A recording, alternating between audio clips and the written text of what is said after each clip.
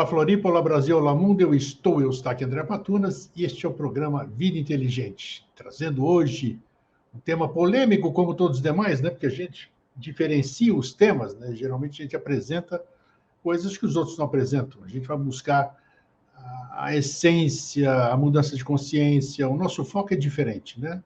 A gente visa qualidade, não quantidade. Então, hoje eu estou trazendo aqui o Fernando Camposano, já vou apresentar eles a vocês. Há anos que eu estou querendo trazê-lo, mas não tinha aparecido a oportunidade.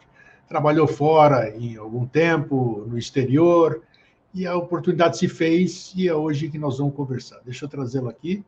Como é que você está, Fernando Camposano? Tudo bem? É um prazer receber você aqui. Finalmente você está aqui com o Vida Inteligente. Oi, Grego. Tudo bem? Bom te ver. Boa tarde a você, a todos aí. Bom, realmente muito bom estar aqui no Vida Inteligente. Gosto muito do programa, um programa que só traz gente boa. E eu me sinto lisonjeado, né? Porque você me convidou, tá? Obrigado. Isso. E hoje que nós vamos abordar aqui um tema que todo mundo conhece pelo aspecto religioso, né? Porque as pessoas se apegam na religião, os 7 dons do Espírito Santo. Só que nós vamos fazer o Fernando vai fazer uma abordagem diferente sobre isso, né? Nós vamos sair desse aspecto religioso, vamos falar dele, claro, né? Ô, Fernando, o que é? Vamos começar pelo Espírito Santo. Qual é o seu conceito? Você é cosmólogo, gosta de física, estuda física quântica, então você já tem uma mente mais aberta, uma mente mais holística, uma mente mais exotérica, né? Vamos dizer, esotérica também. E como você vê essa questão do Espírito Santo? Olha, Grego, eu comecei minha vida espiritual muito cedo, sempre me questionando muito a respeito da vida, o que você faz nessa vida, para que nós estamos aqui, qual é o nosso objetivo. Então, com 13 anos, veja bem, com 13 anos eu tive meu primeiro. Eu estava lendo livros de esoterismo com 13 anos, imagina, né? Eu estava lendo o livro do Pietro Baldi. Opa! E a grande síntese. Nossa Senhora, com 13 anos lendo a grande síntese. Porra. E aí eu estava em dúvida do que eu faria na vida.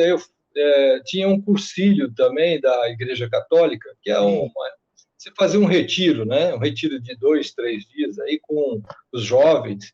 E eu fui lá e entrei na capela lá, fazia muita oração. O dia todo era orando e era fazendo aquelas meditações e eu estava lá uma hora que eu estava ali pedindo para Deus me dar uma iluminação e tal, do Espírito Santo, alguma coisa assim, e eu estava bem em frente a uma imagem de Nossa Senhora e eu olhei para ela assim, ela me sorriu, ela mexeu assim e sorriu para mim.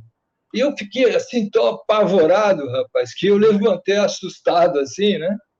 E tive um choque assim e tal, e eu acho que aquilo foi um estalo para mim, tipo o estalo de Vieira, sabe? E eu comecei a pesquisar sobre o Espírito Santo, como que eu fazia para que ele se manifestasse dentro de mim e tal. E nessa busca que eu comecei a estudar o que era o Espírito Santo, acabei indo para outra escola, né? Muito novo, com 18 anos, já estava entrando, já estava começando a eubiose. Puxa, com 18 anos? Caramba! Com 18 anos já comecei a estudar o que era eubiose. E aí eu fiz todo o curso de eubiose, terminei com 22 anos, já estava, 23 anos, já estava dentro né, da escola de iniciação. Então, aí eu fui lá numa escola de iniciação, é que eu fui ter acesso a mais detalhes, vamos dizer assim, mais técnicos, né? A respeito do que é o assunto, que é o Espírito Santo e tal. É isso que eu quero mostrar para você, a minha experiência. Né? Você está falando que você entrou na Sociedade Brasileira de Eubiose cedo, com 22 anos, né? O que te levou? Você sair da igreja, você teve uma experiência numa igreja, claro. Eu também estudei eu estudei no Colégio Arquidiocesano, em São Paulo, lá no Domingos de Moraes, eu era semi-interno, eu tinha todo esse ritual de igreja, a gente acordava cedo, ia para a missa, tinha que ser coroinha.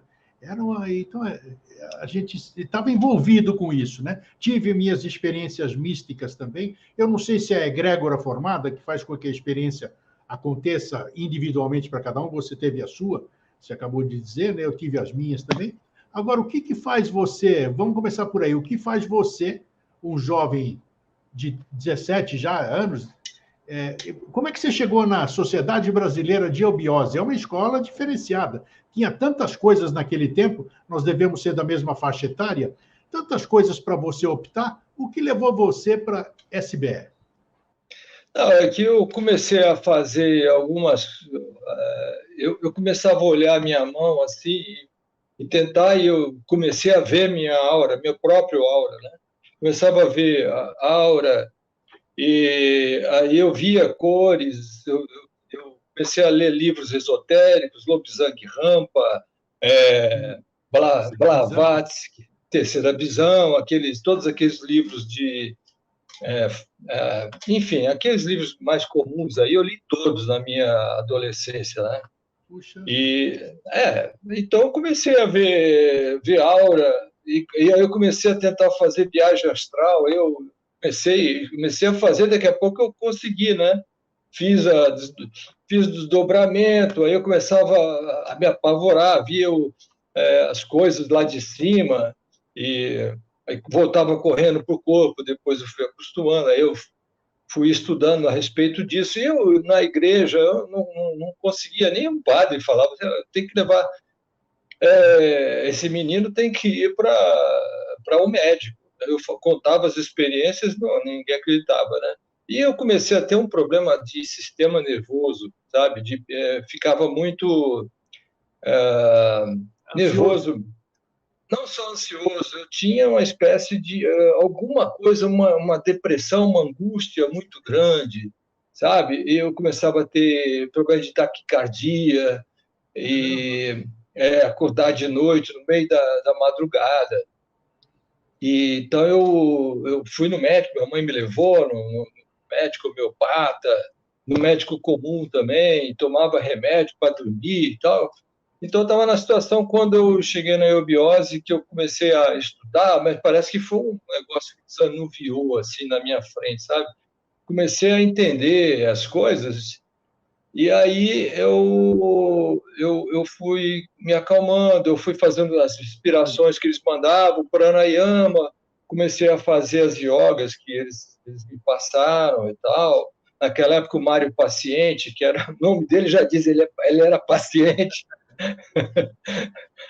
o Francisco Vilela e tal. Então, é pessoal de São Paulo, né, que eu sou de São Paulo, só depois que eu saí de São Paulo, saí em 81. Mas aí eu comecei a minha iniciação e realmente ali eu me equilibrei, sabe? Eu senti bem melhor, entendi as coisas e fui me equilibrando fisicamente também, psiquicamente, enfim, isso que me levou para a eubiose. Essa sua busca, Camposana, essa sua busca foi individual ou você teve alguma influência familiar? Porque geralmente a gente segue os pais, né? A gente é pequenininho, vai aonde os pais levam, então a gente fica meio que condicionado. Como é que foi esse seu processo? Você não citou família até agora, você só citou tua mãe que te levou no médico. Mas como é que era a família em relação a essa sua busca, esses seus anseios? Minha mãe é uma pessoa muito católica, super católica, a pessoa que fazia a gente fazer a missa, ir à missa, rezar todo dia, né? Eu fazia o terço, todas essas coisas. Meu pai é espírita, né? Meu pai era espírita, então ele me levava para o espiritismo. Eu cheguei a conhecer o Chico Xavier, né? Fui lá na casa dele e tal. E por causa disso, que eu tinha esses problemas muito estranhos, né? E aí, quando eu falei para o Chico Xavier assim, olha, eu estou entrando na eubiose, o que você acha? Ele falou, nossa, maravilha, maravilha, é o farol que ilumina a humanidade, você está na melhor escola que existe e tal. Aí até meu pai ficou assim, falou, é mesmo e tal. Então eu voltei de lá de Uberaba e tal, com aquela ideia de que eu estava no caminho certo mesmo, né? Mas assim, realmente fiquei pendendo para um lado, para o espiritismo, depois para o lado do xamanismo. A Igreja Católica definitivamente não me satisfazia, não me Sim. dava as respostas que eu queria. Tá? É E aí isso. me diz, aí você se encontrou, vamos dizer, na SBE, né, nos ensinamentos do professor Henrique José de Souza. A partir daí, como é que, claro, você é uma pessoa que tem os dons desenvolvidos, pelo que você acabou de dizer. Potencializou o fato de você praticar as yogas, praticar os pranayamas, essas coisas todas? Você sentiu que potencializou a sua capacidade, vamos dizer, de todos os sentidos?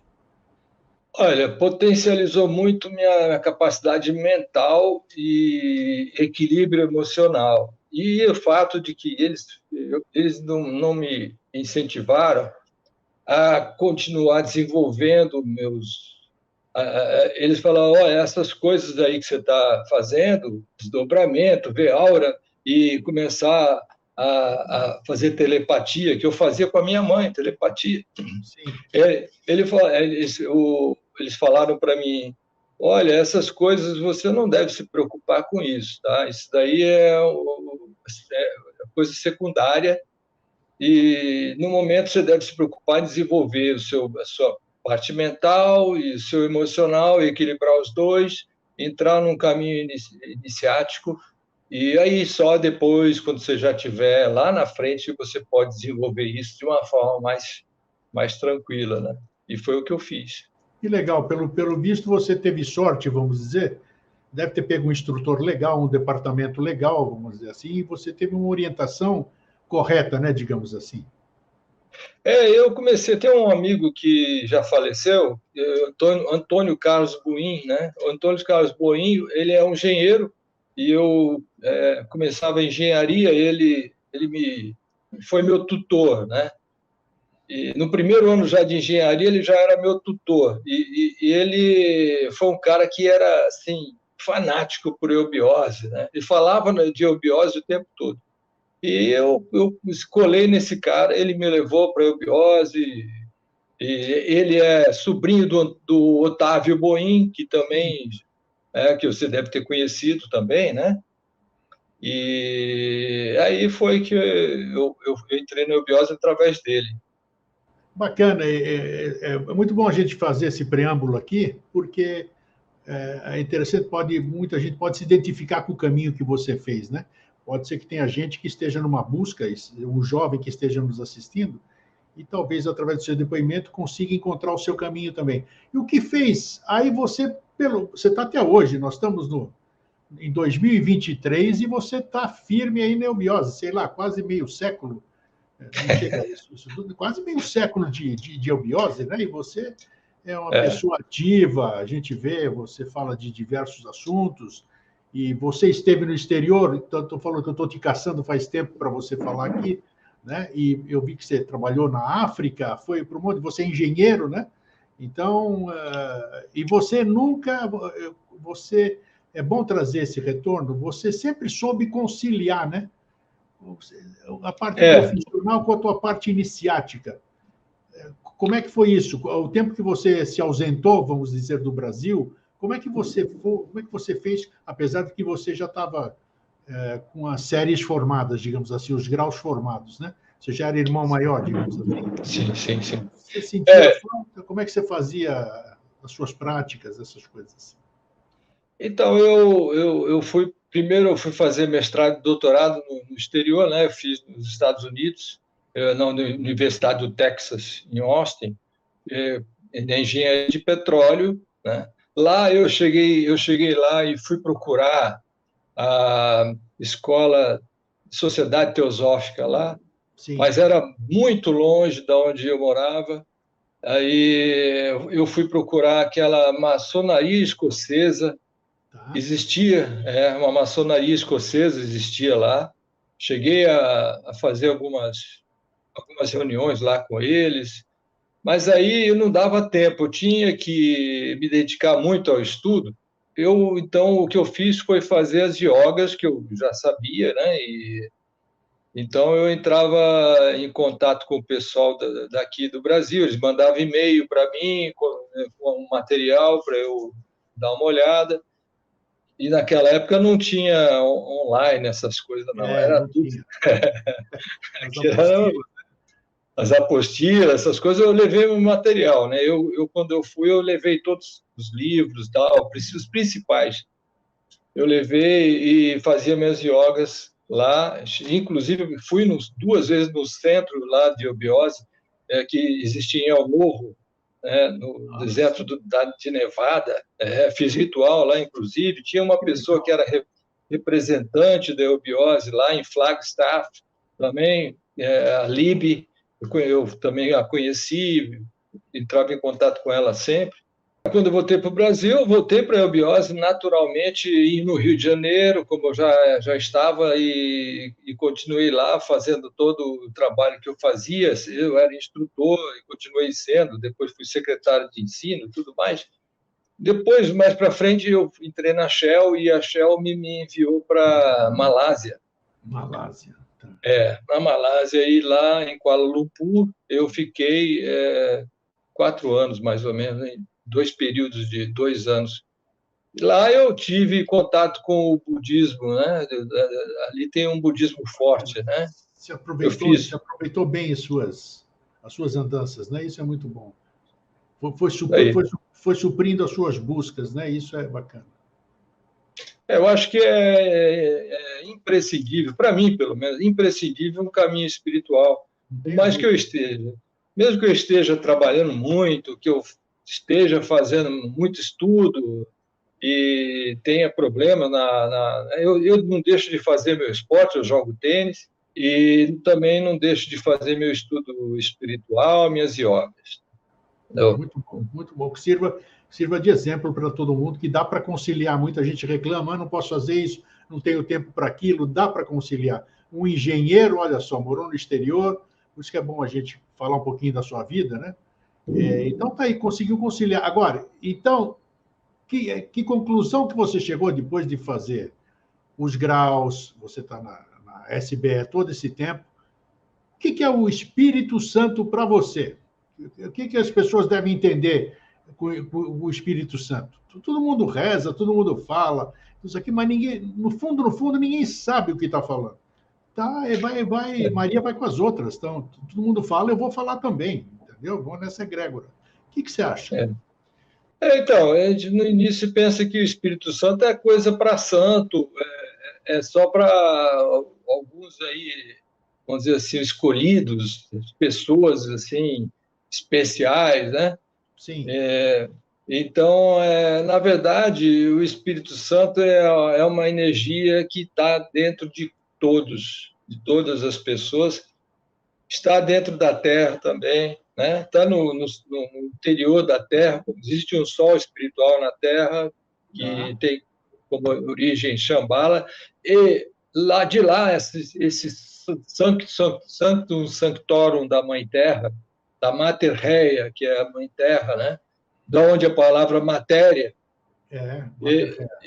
matéria, né? Matéria. Então, dentro de toda a matéria existe uma semente do Espírito Santo, que ela é uma energia à espera de ser despertada em cada ser, né? Se você tivesse que definir com outro nome, para que saísse da conotação e da ligação, forte ligação com a religião, que nome você daria a essa energia que é denominada de Espírito Santo? Você teria algum outro nome? Com certeza Kundalini, né?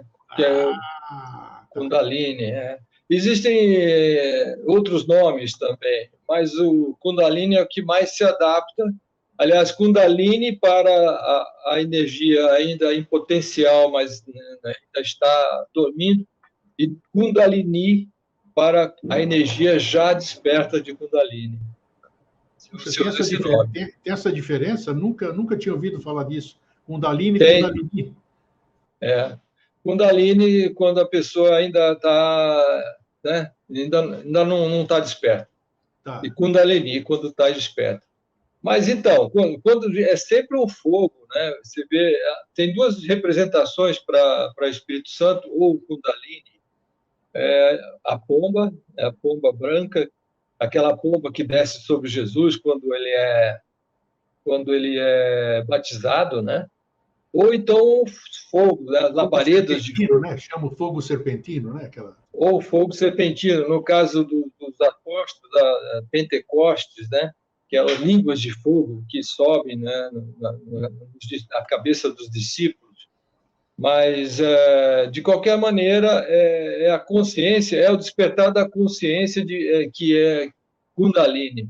Na verdade, Kundalini só vem depois que a consciência está desperta. Aí ela começa, como você falou, uma serpente enrolada no cóccix, né, que fica na base da espinha, embaixo do chakra raiz, o chakra Muladhara, e ali ela fica aguardando o momento de começar a subir pelos chakras, pela coluna vertebral, atingindo um por um dos chakras até chegar no chakra coronal, razão pela qual que quando chega no chakra coronal, ele faz o chakra coronal girar e dá aquela auréola dos santos. Ah, sim, essa.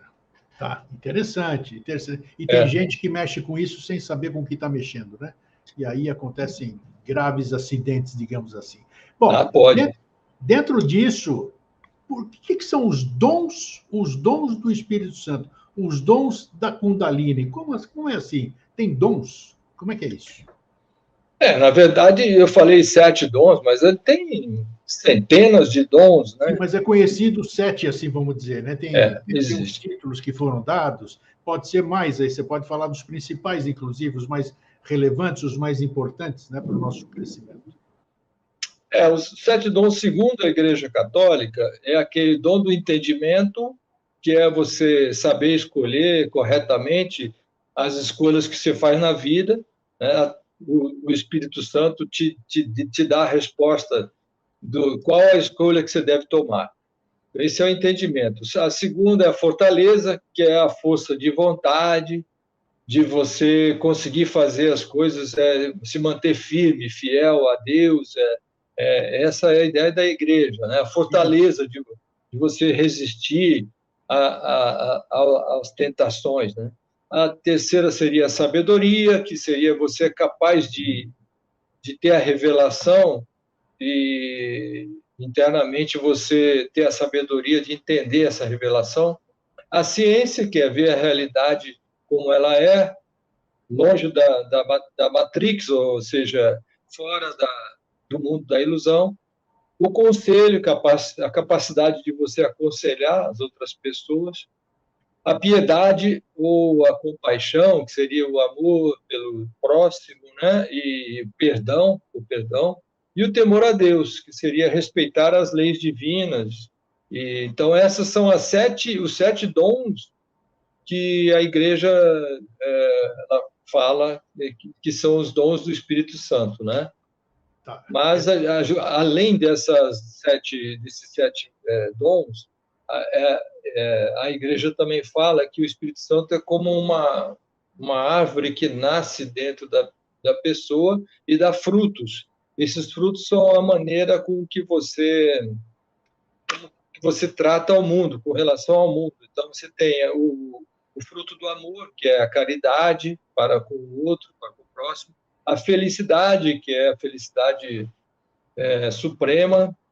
A paz interior. A paciência, a benignidade, ou seja, ser suave, ser amável. Sim. A bondade, são 9, tá? A bondade, a fidelidade, como no caso a fidelidade a Deus, né, do caráter, da ética, da integridade, a mansidão de espírito, ou seja, uma pessoa sempre tranquila, dócil, e a temperança, que é o domínio das emoções negativas. Essas são as principais características do Espírito Santo, segundo a Igreja Católica. Isso, muito bem. A igreja que eu nasci na Grécia, né? A Grécia 98% ortodoxa, frequentei até eu crescer e poder fazer a minha escolha também. Meu pai também era espírita, né? Fui para a escola também, aprendi com ele uma série de coisas. Então, a gente sabe que a, a igreja ela é subjugadora. Vamos dizer, tem aquela coisa que você tem que seguir, aquela cartilha, esses conceitos da igreja e acabou. Esse que é o caminho segundo ela. Dentro da nossa busca, digamos assim, por isso que as pessoas têm um anseio, porque isso aí, muitas pessoas sentem que não a supre. Isso aí não é só isso que me supre, saber disso, saber daquilo. Então, eu sei que existe algo mais. E aí vai o caminho, como você fez. Agora, eu quero respostas nesses aspectos que você falou, por favor. Esses dons dentro de uma escola iniciática, de um caminho iniciático. Vamos trazer eles para um caminho de liberdade. Uma subjuga e a outra liberta, que é exatamente uma escola que te dá toda a condição de você alçar voo, de você... Eu já substituo pelo nome lei, né? Eu sou adepto da lei, eu sigo uma lei que eu sinto que existe, que está dentro de mim, que eu não sei como ela funciona, mas me comanda, porque está sempre me dando toques na cabeça, sabe? Orientações. Eu gostaria que você falasse agora pelo aspecto iniciático essa questão. No aspecto iniciático, você tem três energias, né? São três energias que emanam do pai, da mãe e do filho, porque a Trindade, segundo a Igreja Católica, é Pai, Filho e Espírito Santo. Eu não sei por que eles tiram a mãe da jogada aí, não sei. Essas coisas aí. Não sei se é a questão, sei lá, enfim, deixa isso para lá. Mas a verdade é que todas as outras religiões, elas trabalham com as trindades de pai, mãe e filho. Brahma, Vishnu, Shiva, né? Anu, Bel, Isis, Osíris e Horus, Keter, Shekinah, Binah, segundo os judeus, né? E na eubiose, Akbel, Ashim, Belói. Então, são três energias que emanam dos três aspectos da divindade, né? Onipotência, onisciência, onipresença, que são assim definidas. Para o pai, do pai emana uma energia chamada Forrat. Da mãe, emana uma energia chamada Prana. E do filho, emana uma energia chamada Espírito Santo. Então, são três energias que você tem que trabalhar, não só uma, né? Eu falei Espírito Santo, desculpa. Do filho. Eu ia te perguntar, deixa eu fluir. Do filho emana Kundalini, certo? Isso, tá. Então, nós temos três emanações e três energias que nós estamos tendo contato com ela. Nossos corpos físico, vital, emocional, mental, até o corpo espiritual, todos são feitos de prana e são mantidos pelo prana, né, do sol físico. A Forrat é uma energia que muito pouco debatida, não se fala nela, né? A não ser Blavatsky e o professor Henrique José de Souza. Eu não conheço nenhuma outra escola que fale sobre Forrat, mas Forrat é a energia, é o mensageiro da ideia, da ideação do pai. E Kundalini, que é uma energia que vem da Terra, é uma energia telúrica e que está no homem, no chakra raiz, e fica ali aguardando qual é a ideia de Kundalini? Imprimir no ser a consciência. Mas ele precisa, para que isso aconteça, que você faça um trabalho. Então, é uma maneira de controlar. Eu vou te dar tudo que você quiser, todas as benesses do céu, do paraíso, você vai ter. Mas você vai ter que trabalhar e conquistar essas coisas, não vão ser de graça. E você conquista através dos dons que a gente fala? Esse é o caminho. Como você faz para despertar Kundalini, né? Como? Existem técnicas para você fazer isso. A técnica, por exemplo, da igreja é um místico, né? Aquele cara que fica só ali, quase um fanático, né? Mas a ideia na iniciação não é essa. É você despertar a Kundalini pelo estudo, pelo trabalho e pela três caminhos. O caminho Jnana, Jnana é o caminho da mente, Bhakti, que é o caminho do coração, e o Karma, que é o caminho do equilíbrio dos dois, e o trabalho em prol da humanidade.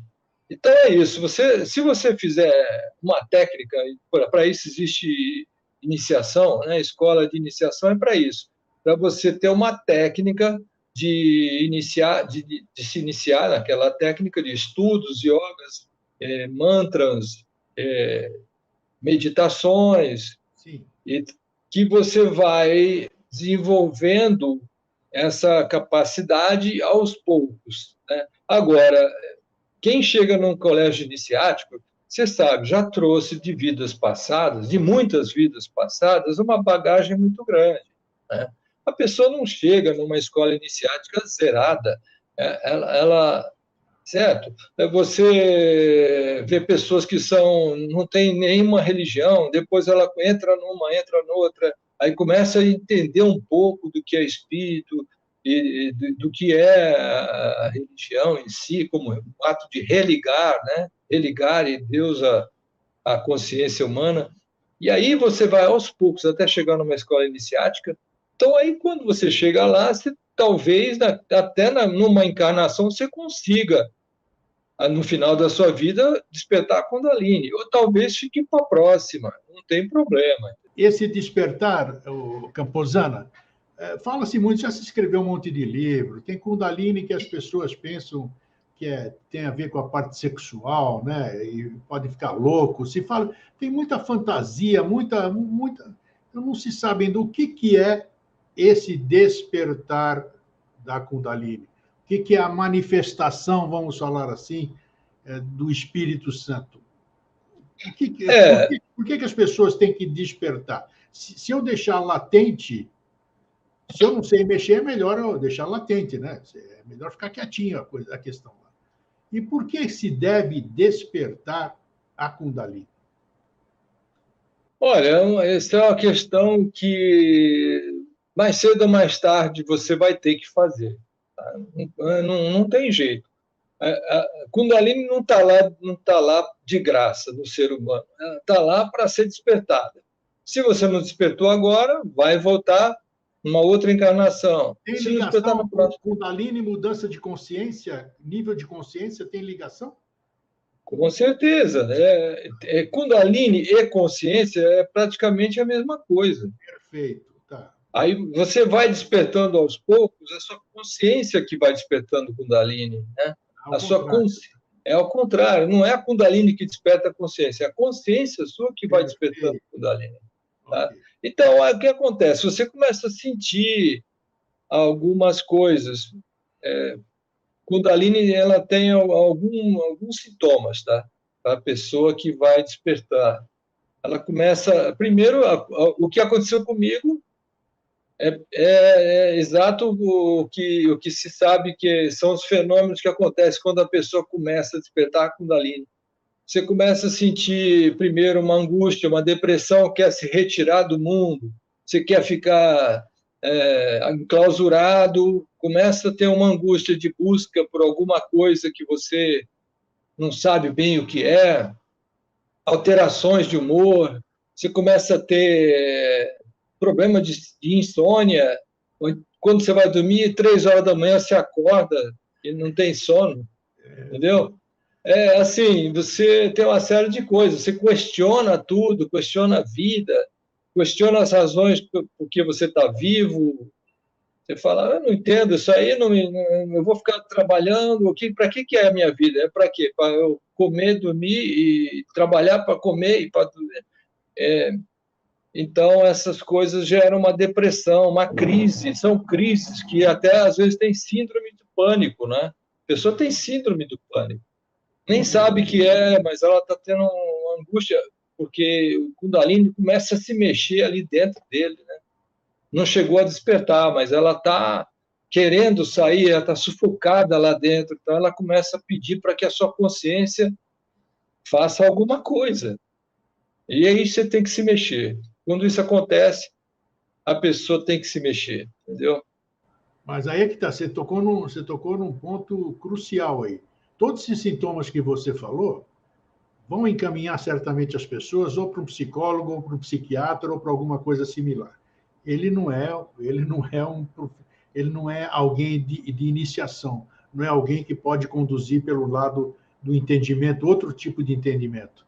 Como então, como fazer com que uma pessoa não vá buscar esse tipo de resposta num médico ou num profissional da saúde? Claro que deve buscar, porque cada caso é um caso. Às vezes ele pode estar padecendo de problemas de ordem psicológica, psiquiátrica, Física. física, exatamente. E tem outros que é desse anseio. Como é que eu posso... o meu corpo, a minha mente, o meu ser, ele pode me dar essa orientação de dizer o que já que está acontecendo essa manifestação. Você foi atrás, você deu um exemplo aqui, por isso que foi bom nós conversarmos ali. Você foi atrás, você sentiu alguma coisa dentro de si e foi atrás. Você tinha ido, você sabia o que queria? Não. Você foi atrás do que você, da sua coisa. É. Como fazer isso? Então, é o que eu falei para você, né? Eu era muito jovem e tinha todos esses sintomas que eu falei. Tinha um zumbido no ouvido que não saía do meu ouvido. E aí eu fui no médico de otorrino, laringologista lá, o cara olhou, fez teste e tal, não tinha nada errado. Aí aí minha mãe me leva no psicólogo, o psicólogo conversa comigo, por que isso aí, não sei o que, papá, aquele papo, eu ficando assim, meu Deus do céu, esse cara não vai resolver nada para mim, entendeu? Meu pai já pegou, meu pai era espírita, né? Então meu pai me levou no centro. Claro. Ele falou, olha só, você deve ser médium, eu vou te levar lá, que os caras vão te... Cara, aquilo lá foi umas coisas assim que eu tive... começava a ter tontura, aí eu falei, meu Deus do céu, daqui a pouco eu vou abaixar o santo aqui em mim e sair correndo, entendeu? E não era o teu caminho, você estava na não busca, é. sim. Aí eu fui finalmente no médico homeopata, e era um médico homeopata espírita. Olha. Esse cara olhou com o meu caso, deu uns remedinhos para mim, mas ele me aconselhou a seguir um caminho espiritual. E então, assim, acho que cada pessoa, cada caso é um caso. Existe esse caso que você falou da pessoa que tem um desequilíbrio físico, hormonal, psicológico e tal, e aí o tratamento, né, no caso, tem tratamento fisioterápico, psicoterápico. No meu caso, eu preciso de espiritoterapia. Já ouviu falar de espiritoterapia? Acho que não. Nunca tinha ouvido esse termo, mas tudo bem. É um bom termo mesmo. Espiritoterapia. Então, eu tive que fazer espiritoterapia. Tá? Então, é uma coisa que é difícil. Cada caso é um caso. Tá, como é que você coloca agora?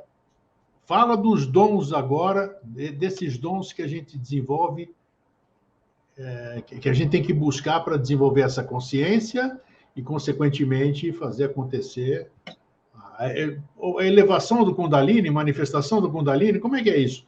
Ele vai se manifestar no coronário? Como é que é o despertar da Kundalini? Todo mundo fala do despertar. O que é o despertar? Vamos esclarecer isso de imediato. Então, existe muita, como você falou, né? Existe muita maia em cima desse assunto. Tem gente que quer usar Tantra Yoga, por exemplo, né? Que a Tantra Yoga é uma yoga baseada no sexual, né? Baseada em sexual.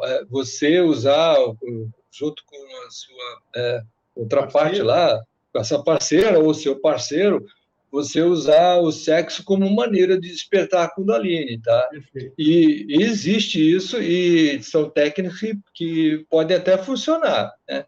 Aquela história de que a pessoa vai entrando, né, naquele êxtase, mas não pode chegar ao clímax, ao orgasmo. Não pode chegar no orgasmo, aí fica no clímax, mas chega perto, fica ali trabalhando, aí a energia começa a circular de um para o outro, você sente a energia circulando, tá? Sim. você vai sentir aquela energia circulando pela sua coluna e tal. Eu não aconselho fazer Tantra Yoga, porque se a pessoa conseguir o intento dela, ela, como não tem ainda a consciência bem desenvolvida, esse Kundalini vai subir descontroladamente e pode chegar na cabeça e dizem até que sai pelo chakra coronal e vai embora. Pode queimar, assim, entre aspas, né, os seus chakras, e aí a pessoa fica até abobada, com uma série de problemas mentais. Existem casos de pessoas que relatam que essas pessoas ficaram meio assim loucas, né? Três loucadas, né? E tem outras técnicas que não são sexuais, são técnicas de meditação, de pranayama, né? Você vai respirando e inspirando, segura, solta. A respiração é um caminho seguro, a respiração?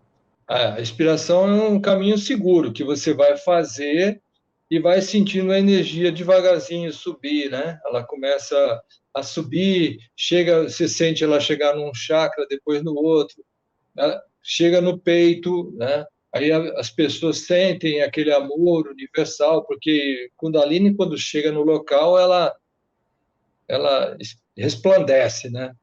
Então, assim, a energia de Kundalini, quando desperta só no chakra raiz, se ela despertar só o chakra raiz, a pessoa tem força de vontade muito grande, ela tem uma capacidade de realização fantástica, ela pode ser uma pessoa que consegue tudo o que quer, mas como ela está só com o chakra raiz desperto, ela pode usar aquilo para benefício próprio, egoisticamente falando, entendeu? Vai ficar limitado por ali mesmo.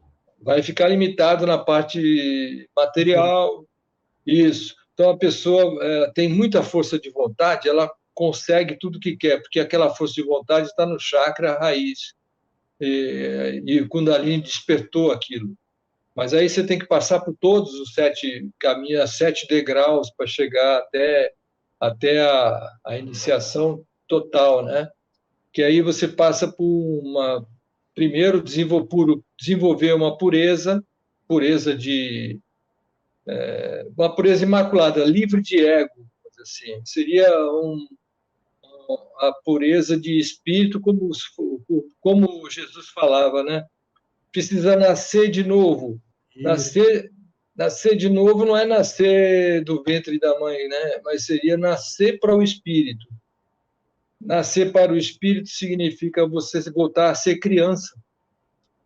Voltar a ser criança é a inocência de uma criança. Embora você seja a pureza da criança que desperta a glândula timo, que tem atrás do chakra cardíaco, do lado do coração, aquela glândula timo, ela começa a se desenvolver e começa a jogar um hormônio chamado ojas dentro do sangue, e aquilo vai purificando a pessoa e ela vai se tornando uma pessoa pura, né? Isso aí é um trabalho de estudo, de meditação, de oração, fazer pranayama, fazer um caminho todo que leve a essa questão. E aí a pessoa vai ter a graça também, começa a aparecer a graça, que é a gratidão, né? A graça é mal interpretada, que a graça não é só você estar em estado de graça, assim, ficar olhando para o céu. Não, é uma gratidão por tudo que você tem. Você respira, você sai lá fora, você agradece pela árvore, agradece pelo ar, agradece porque você está vivo, agradece pela sua família, por tudo que você tem enfim, né? Independente do quão rico ou pobre você agradece porque você é um ser. E como um ser, você sabe que nunca vai morrer. Chega uma hora que você percebe. A consciência nunca morre. Então, ela te dá essa certeza e aí você não tem mais medo da morte. Essa graça que eu falo. Tá? Da inteligência pura também, porque a inteligência usada pelo homem comum, ela é muito egoísta. Ela busca apenas usar a inteligência para um benefício do ego, Sim. enquanto que despertar de Kundalini exige que você use sua inteligência para a humanidade, para você ter clareza absoluta de que o caminho que você quer é um caminho espiritual, um caminho de ajuda mesmo, né? De todas as pessoas. Então, aquilo que a gente sabe que a inteligência tem e é capaz de ser desenvolvida através do estudo, você chega à sabedoria plena. É a sabedoria plena que vai ser o conhecimento usado junto com a vivenciação, né? Você faz a vivenciação daquele conhecimento na sua vida e daí aquela vivência com o amor universal que você deve juntar com a inteligência, você vai ter a sabedoria.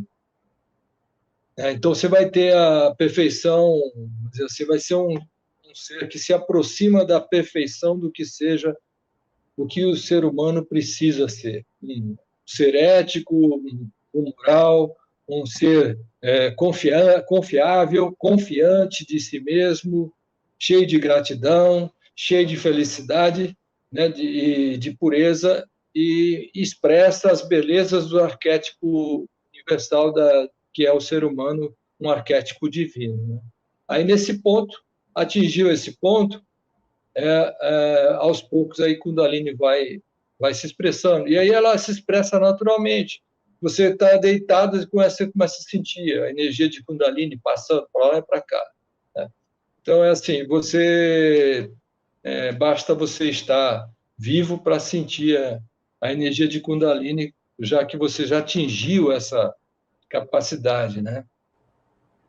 Ô, Fernando, considerando que nem todo mundo vai para uma escola de iniciação, não é o caminho de cada um tem o seu caminho, tem alguma literatura, que nós falamos que existem muitas linhas, fala-se muito sobre Kundalini, isso e aquilo, cada um fala o que quer, né? A Maia que você disse.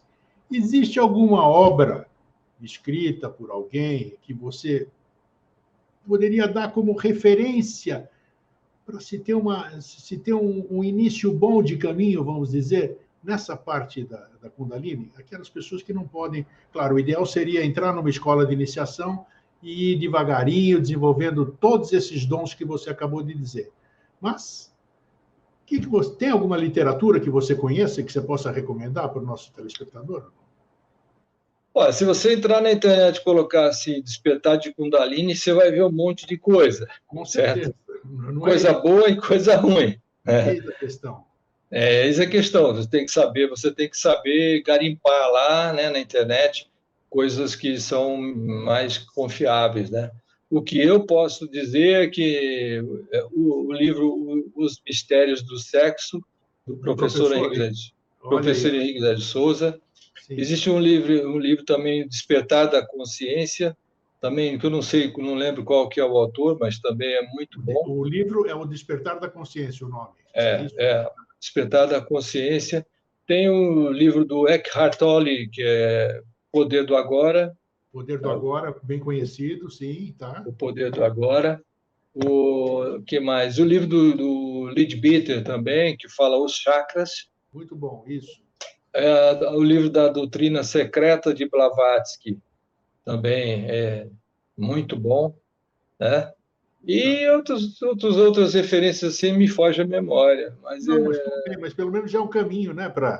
São obras sérias, pelo que você falou aqui, e você vai, a partir daí, cada um tem que reverberar em você, né? Às vezes você está lendo, não é isso. Fernando, o Camposano indicou, mas isso não reverbera em mim. Separa.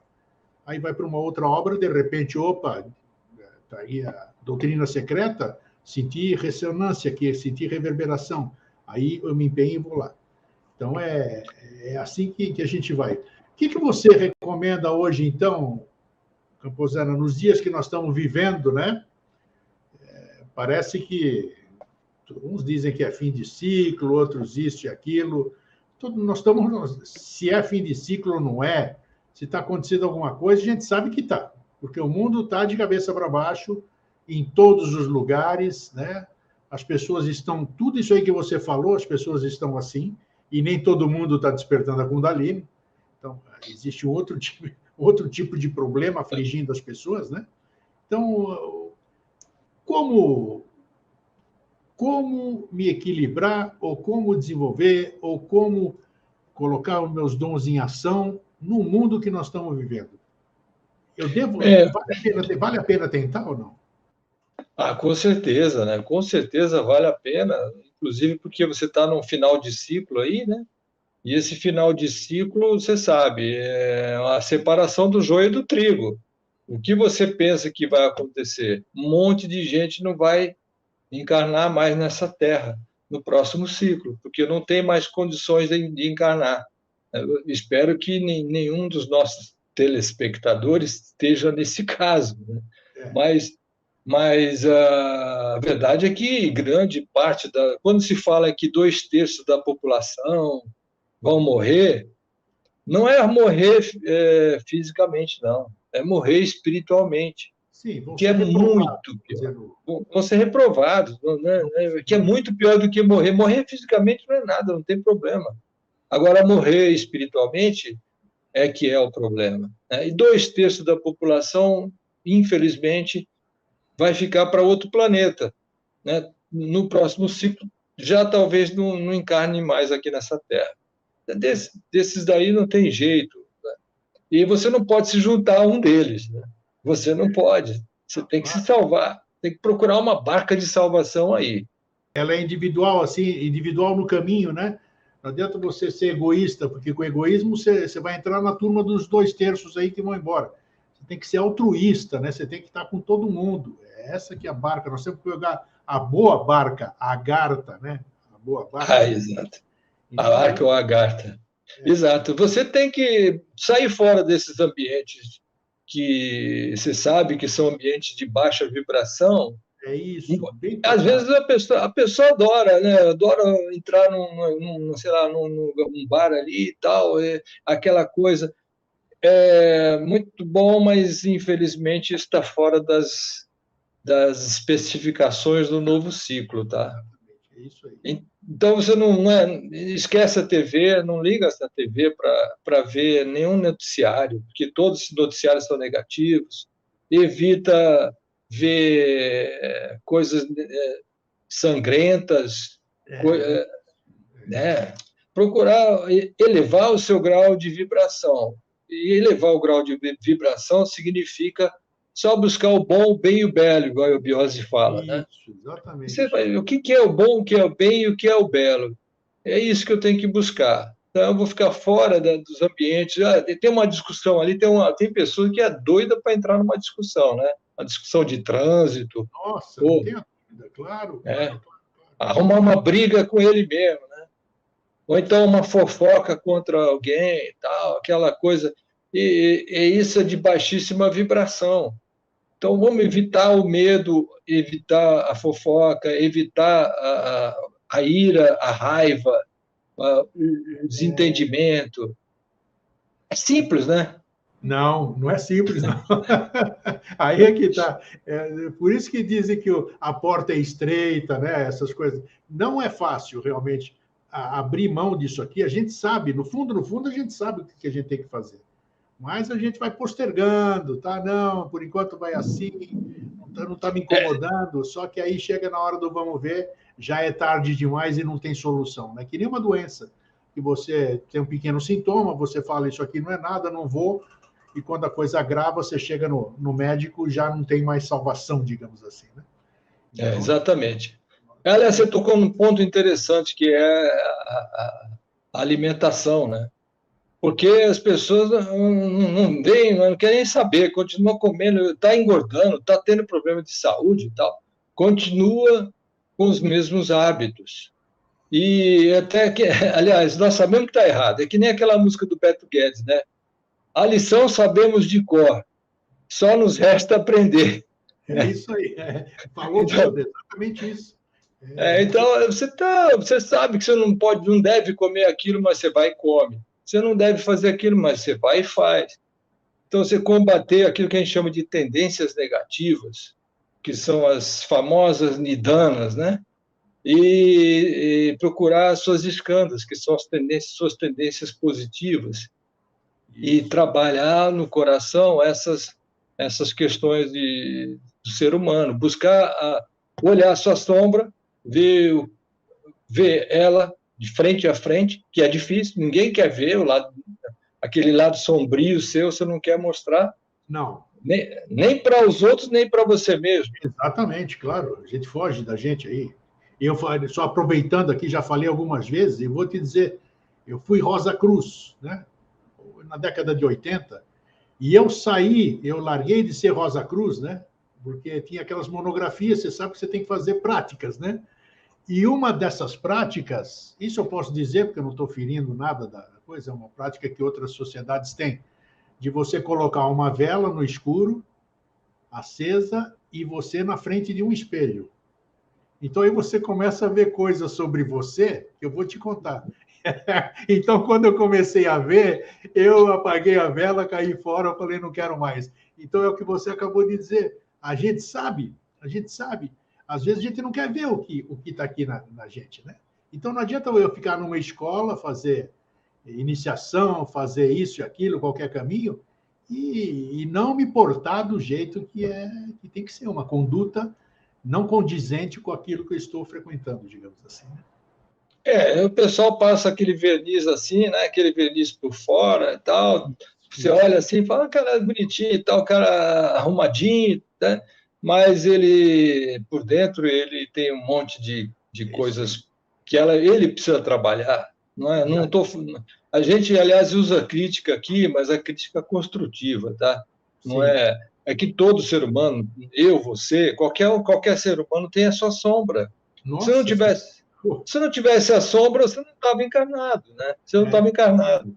Você está encarnado é porque você tem que trabalhar essa sombra. A sim. primeira coisa é você fazer o seu diagnóstico, saber o que é que você precisa trabalhar. Daí, com esse diagnóstico em mão, você vai a mãos à obra. Mãos à Né? obra, exatamente. Mãos à obra. Fernando, foi legal. Nossa, que papo bom. Que papo bom. Eu acho que vai ser útil para muita gente que vai nos ouvir aqui. Eu espero que você retorne numa outra oportunidade para a gente aprofundar certos temas, né? Mas tudo tem o seu tempo certo. Então é isso. Por enquanto, te agradeço. Foi um prazer receber você aqui. E quero deixar um fraterno abraço e um feliz sempre para você. Obrigado, Grego. O prazer foi meu conversar com você. Sempre será um prazer muito grande trocar as ideias com você aí. E um fraterno abraço para você e para todos os telespectadores, os ouvintes também, né, do seu canal Inteligente, Vida Inteligente, que é muito inteligente, gosto muito e vou continuar assistindo, sabe?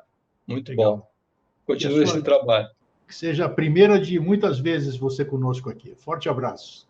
Um forte abraço, um abraço. Tchau, tchau. Gente, muito bom, muito boa conversa, né? Muito esclarecedora. E agora basta a gente fazer reflexão. Assistir muita coisa, foi falado aqui muita coisa que nós sabemos? Foi. Foi. Agora vamos colocar na prática, né? O que a gente sabe e a gente não pratica. Eu estou aqui olhando para vocês aqui, eu sou um deles, eu assumo. Eu não sou hipócrita aqui, não, eu assumo. Eu não estou tentando, uma hora eu consigo. É isso aí. Fraterno abraço e até semana que vem. Tchau.